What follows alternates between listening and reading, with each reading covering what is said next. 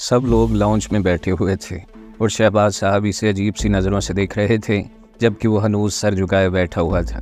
देख लो जवाद, किसी और ही चक्कर में न फंस जाना। शहबाज साहब इसे तंबीह करते हुए बोले तो इसने सर उठाकर इन्हें देखा। मैंने आपको पहले भी बोला था पापा कि मैं ऐसा कोई इकदाम नहीं चाहता, लेकिन आपने मेरी बात को न माना और FIR कटवाने चल पड़े। वो बिगड़े मूड से बोला तो शहबाज साहब खामोश होकर रह गए। वो जो भी थे जानते थे कि हम लोग FIR कटवाने ज़रूर जाएंगे और इसलिए उन्होंने इस जगह का इंतखाब किया जो इनके प्लान का हिस्सा था। मुझे तो ये कोई और ही चक्कर लगता है जवाद। शहबाज साहब थोड़े खौफजदा हो चुके थे। क्या तुम इनकी शक्लें पहचान सकते हो या उन्होंने मास्क वगैरह लगा रखा था? शहबाज साहब किसी ख्याल के तहत पूछ बैठे। मैंने पहले भी कहा पापा कि उन्होंने कोई भी प्रिकॉशन यूज़ करना गवारा तक न किया। और खौफजदा होते हुए बोला तो शहबाज साहब गहरी सोच में डूब गए। मैं अरबाज भाई से बात करता हूँ, देखता हूँ वो इस बारे में क्या कहते हैं। शहबाज साहब एक फ़ैसले पर पहुँचते हुए बोले तो इसने फ़ौरन इन्हें टोक दिया। रहने दे पापा, मैंने कह दिया कि बस मुझे वहाँ शादी नहीं करनी तो नहीं करनी। वो फ़ैसला कर चुका था, इसलिए अपनी बात पर अड़ा रहा, क्योंकि एक मरतबा अगर शहबाज साहब इनाया से मिल लेते तो इसके अपने बहुत से पोल खुल जाने थे जो वो किसी सूरत नहीं चाहता था। शहबाज साहब इसे कमरे में जाने का बोलते हुए ख़ुद भी घर से बाहर किसी काम से चल दिए। वो अपने कमरे में मौजूद था और सारी बातों को सोचते हुए कुड़ रहा था कि अचानक ही निगहत बेगम कमरे में दाखिल हुई और इसके सामने खड़े होते हुए इसे बगौर देखे गई। मैंने तुम्हें कितना समझाया था कि ठंडा होकर चलना है। तुम्हें पूरा मौका मिला इनाया को साथ लेकर जाने का, लेकिन तुमने वो मौका भी गवा दिया। सोने की चिड़िया है वो इनाया। अगर तुम हिम्मत हार कर बैठे हुए हो, सब कुछ मैंने सेट किया हुआ था और तुम्हारी वजह से मुझे मुंह की खानी पड़ रही है।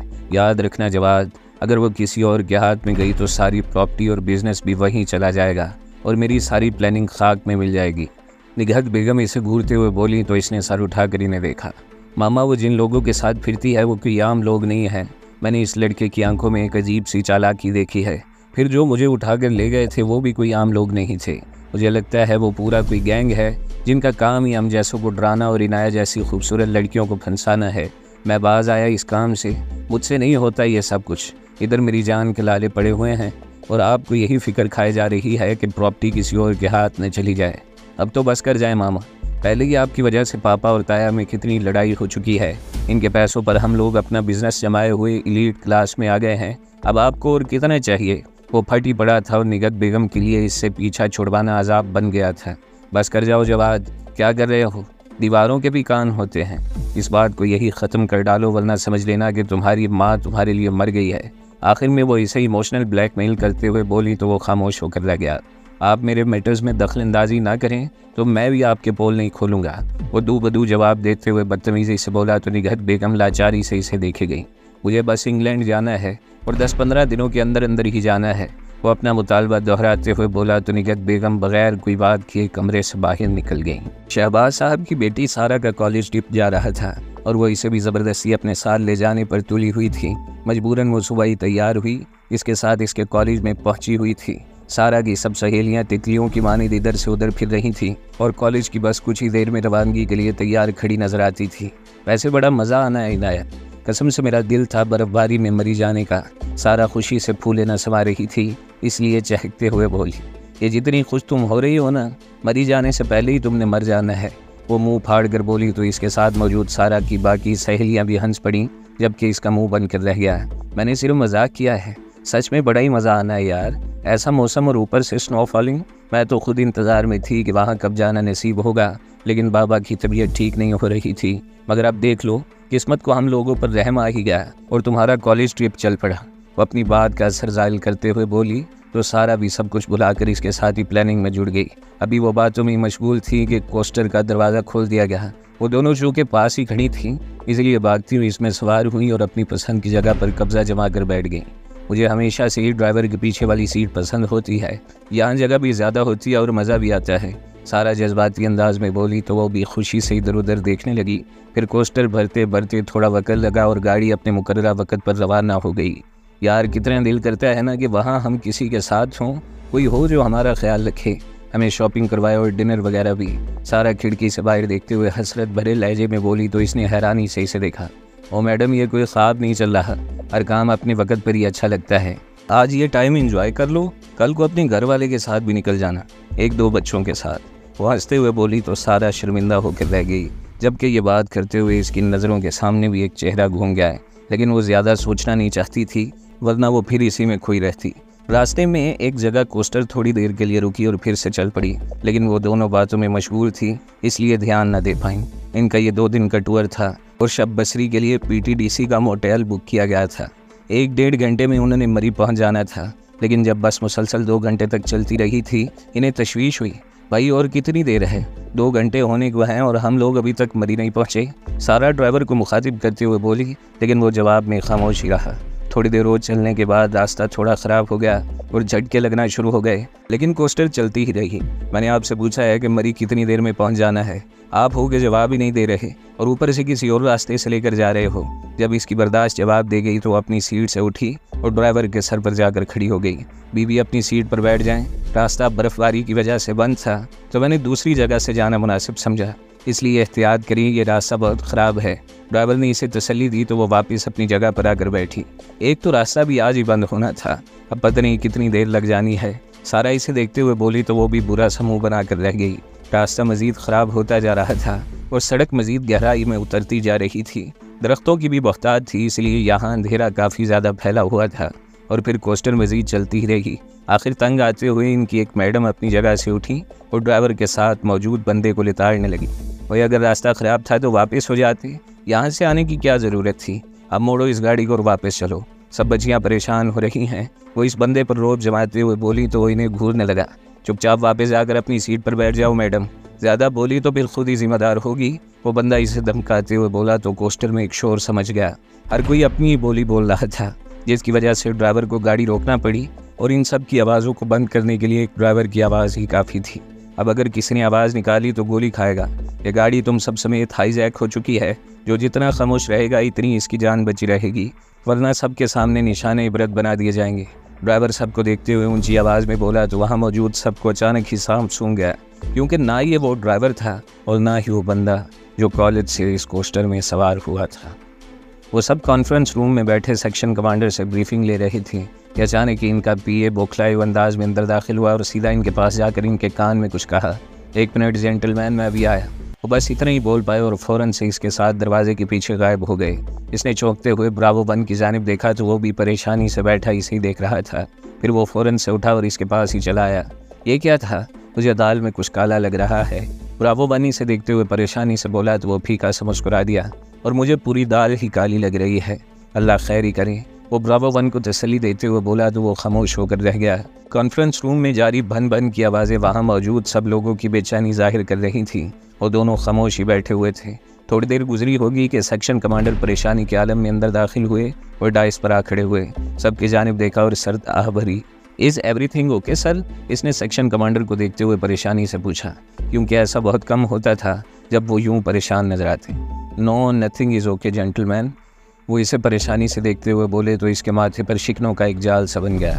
दुश्मन ने हम लोगों पर एक और वार कर डाला है। अभी हम लोग अपनी प्लानिंग में ही लगे हुए थे कि अचानक से एक और खबर आ गई और अब हमें अपनी सारी तवज्जो इस जानिब मरकूज़ करनी पड़ रही है।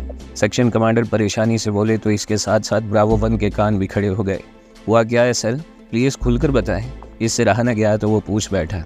लड़कियों के किसी कॉलेज का ट्रिप मरी जा रहा था। रास्ते में ही इनकी बस को हाईजैक कर लिया गया है। ताज़ा इतलात के मुताबिक अभी जगह का तयन नहीं किया जा सका, लेकिन जल्दी हमें इस बारे में अपडेट्स मिल जाएंगी। इस्लामाबाद का कोई प्राइवेट कॉलेज ट्रिप है जिसमें सिर्फ लड़कियां ही निशाना बनी हैं। अब ये मिशन भी हम लोगों ने सर अंजाम देना है, क्योंकि हमारी आउटपुट बहुत अच्छी और तेज़ रफ्तार जा रही है। सेक्शन कमांडर इसे देखते हुए लाचारी से बोले तो इसका खून ही खोल कर रह गया। यानी फिर यूँ कहा जा सकता है कि ये हमारे इन कारनामों का रद्द-ए-अमल है जो हमने अभी पिछले दिनों सर अंजाम दिए हैं। वो बात की तह तक पहुँचते हुए बोला तो सेक्शन कमांडर ने चौंकते हुए इसकी जानिब देखा। इसने सर घुमाकर साथ बैठे ब्रावो 1 की जानिब देखा तो वो भी हैरत भरे अंदाज में इसे ही देख रहा था। ठीक है सर, हमें ऑर्डर कीजिए कि हमें क्या करना है। वो फ़ौरन ही मतलब की बात पर आते हुए बोला तो सेक्शन कमांडर होले से मुस्कुरा दिए। मुझे यही उम्मीद थी तुमसे। अभी जैसे ही ग्रीन सिग्नल मिलता है तुम लोगों को रवाना हो जाना है। क्या करना है और कैसे करना है ये तुम लोगों से बेहतर और कोई नहीं जान सकता। सेक्शन कमांडर वहाँ मौजूद सब लोगों की जानिब देखकर बोले तो सभी ने सर हिला दिए थे। मीटिंग बर्खास्त की जाती है, तुम लोग फ़ौरन ही अपनी तैयारी पकड़ लो, कभी भी ऊपर से हुक्म आ सकता है।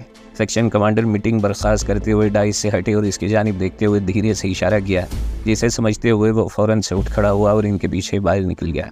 कोई भी ऐसी हरकत नहीं करनी जिससे किसी का कोई नुकसान हो। तुम सब में ज़रा ज़्यादा जज्बाती हो, इसलिए मैं तुम्हें स्पेशल अकेले में समझा रहा हूँ। बहुत ही सोच समझ कर और सब कुछ देखभाल करी कोई कदम उठाना। वो सेक्शन कमांडर के कमरे में इनके सामने बैठा हुआ था और वो इसे नसीहत करने में लगे हुए थे। वैसे तो तुम्हें कुछ भी बताने की ज़रूरत नहीं, लेकिन पिछले मिशन के बाद से मैं थोड़ा सा डर गया हूँ। वो साफ गोई से बोले तो वो धीरे से मुस्कुरा दिया। इंशाल्लाह किसी भी किस्म की शिकायत का कोई मौका नहीं मिलेगा सर जी, आप बेफिक्र रहें। वो अपनी बात मुकम्मल करते ही उठ खड़ा हुआ और सैल्यूट करते हुए कमरे से बाहर निकल गया। बाहर ही इसे ब्रावो 1 मिल गया और दोनों ही इस हाल की जानिब चल दिए जहाँ सारी टीम तैयारियों में मसरूफ़ थी। मेरी कही कोई बात याद आई या नहीं, इसने ब्रावो 1 की जानिब देख कर कहा तो वो उलझ सा गया। कौन सी बात? ब्रावो 1 बस इतना ही बोल पाया।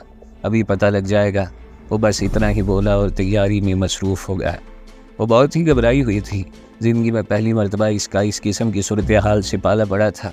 वो तो चोरी, डकैती और लूट मार की आम सी वारदातों पर ही होल होकर रह जाती थी, लेकिन यहाँ तो खास अगवा और हाईजैक जैसी बातें हो रही थी। और यकीनन जो लोग ऐसा कर रहे थे वो कोई बड़े खिलाड़ी हो सकते थे। आंसू इसकी आंखों को बार बार भिगो रहे थे, जिन्हें रोकने की वो नाकाम सी कोशिश में जुटी हुई थी। सब लोग लाइन बनाकर नीचे उतर आए। किसी ने भी ज़्यादा होशियारी दिखाने की कोशिश की तो वही कोशिश इसके गले में फंस जाएगी। ड्राइवर ने पोस्टर एक सुनसान सी जगह पर लगा दी थी। सामने एक पुराना सा कॉटेज बना हुआ था जहाँ पर कुछ और लोग भी मौजूद थे। सब लड़कियाँ बिना चुआ चला के एक कोस्टर से उतरने लगी और एक लाइन में कॉटेज की जानिब बढ़ने लगी। कोई सिसकियाँ ले रही थी तो कोई आंसुओं से तर चेहरा पोंछने में मसरूफ़ थी। वो भी अपनी बारी आने पर कोस्टर से नीचे उतरने लगी तो वहाँ मौजूद बंदा जो रास्ते में ही कहीं से सवार हुआ था इसे देखकर खवासत भरे अंदाज में मुस्कुराया और इसके पीछे हाथ मारा। इसने घबराए हुए अंदाज में इसकी जानिब देखा तो वो इसे अजीब सी नज़रों से घूरने लगा। क्या करता है ओए? अभी इनको बिल्कुल भी तंग नहीं करता, वरना बॉस से बोल कर मैंने तेरा गरिया गर्म करवा देना है। ड्राइवर जो ये सारा मंजर देख रहा था इस बंदे को कड़े तेवरों से घूरते हुए चीखा तो वो फ़ौरन ही अपनी गंदी नज़रें झुका गया। वो खामोशी से नीचे उतराई और अपनी आंखों में आए आंसू पहुँचते हुए लाइन में लग गई। फिर इन सब को भेड़ बकरियों की तरह हाँक कर इस कॉटेज तक ले जाया गया और वहाँ इनकी गिनती करते हुए अंदर भेज दिया गया। सारा इसके साथ ही थी और इसकी हालत ज़्यादा ही पतली हो रही थी। मेरे पापा को पता लगा तो फिर देखना वही लोगों का वो हाल करेंगे कि ये सारी उम्र याद रखेंगे। सारा अपने आंसू पहुँचते हुए बोली तो इसने उसे कोहनी मारते हुए खामोश रहने का इशारा किया। तुम गलत समझ रही हो सारा, ये कोई आम चोर डाकू नहीं है, ये दहशत गर्द है। वो पूरी यकीन लहजे में बोली तो सारा ने खौफ के आलम में इसकी जानिब देखा कि क्या कह रही हो इनाया, ऐसे कैसे? सारा बुखलाए हुए अंदाज में इतना ही बोल पाई, ये लोग हिंदी में बात कर रहे हैं, मतलब ये इंडियन है, ये पुलिस केस नहीं है, ये मामला वही है जो हम न्यूज़ में सुनते हैं, दहशतगर्दी की कार्रवाई। वो खौफ से झुर्झुरी लेते हुए बोली तो सारा का चेहरा सफ़ेद पड़ना शुरू हो गया।